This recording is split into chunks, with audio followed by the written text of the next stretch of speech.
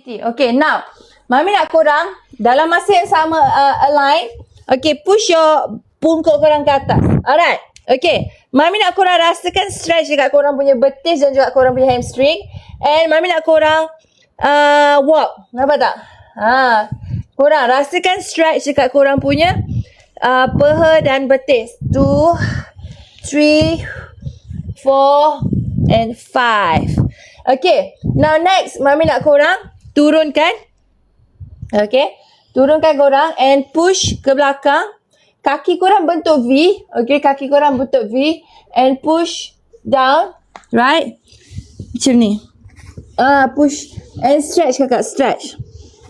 Okay, stretch. 1, 2, 3, 4, 5. Okay, now korang ke bawah and look up.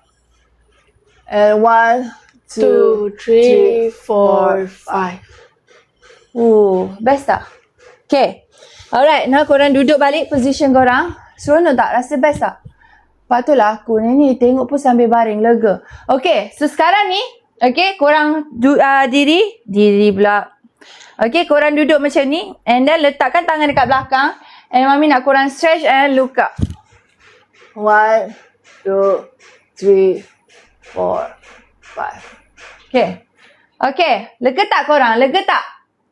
Halo, lega tak korang? Lega ke tak? Siapa baru masuk? Follow Syah Abdul Aziz. Okay, so sekarang ni kita nak pergi dekat senaman perut. Okay, boleh? Lega kat sangat. Okay, now Mami akan naikkan Mami punya phone. Okay, ni kita nak buat senaman perut. Okay, senaman perut. Okay, so kakak, Mami nak korang buat balik macam ni. Alright. Okay, letakkan kaki kanan satu kat depan. Okay. Alright. And then naik. Okay. Alright. Kita nak buat senaman perut. Okay. So kaki korang satu bend. Okay. Yang kanan ni bend. Boleh? Kaki korang satu kanan ni bend. Okay. Alright. Letakkan tangan dekat belakang kepala korang. Okay. And 1. Right. And 2. Kalau tak sampai tak apa. 1 and 2. Ini adalah untuk perut kakak. Okay, korang akan dapat korang punya abs kat sini. And korang akan dapat korang punya waist. Kanan abs korang. Boleh ke tak boleh? Halo. Aku tak buat lutut sekarang ni. Aku tengah buat senaman perut. Sebab ramai yang nak senaman perut. Okay, itulah Mak Saleh. Hidup sihat. Mentality laki Melayu kan? Mentality laki Melayu banyak pervert. Okay. And let's go. 1 and 2.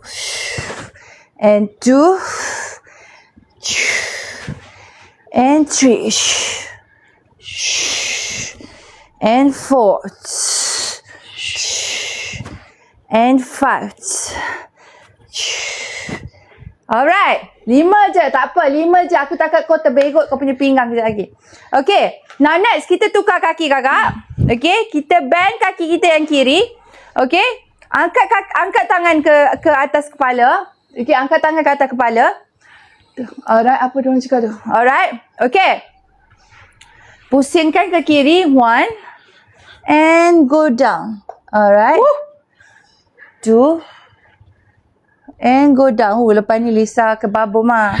3.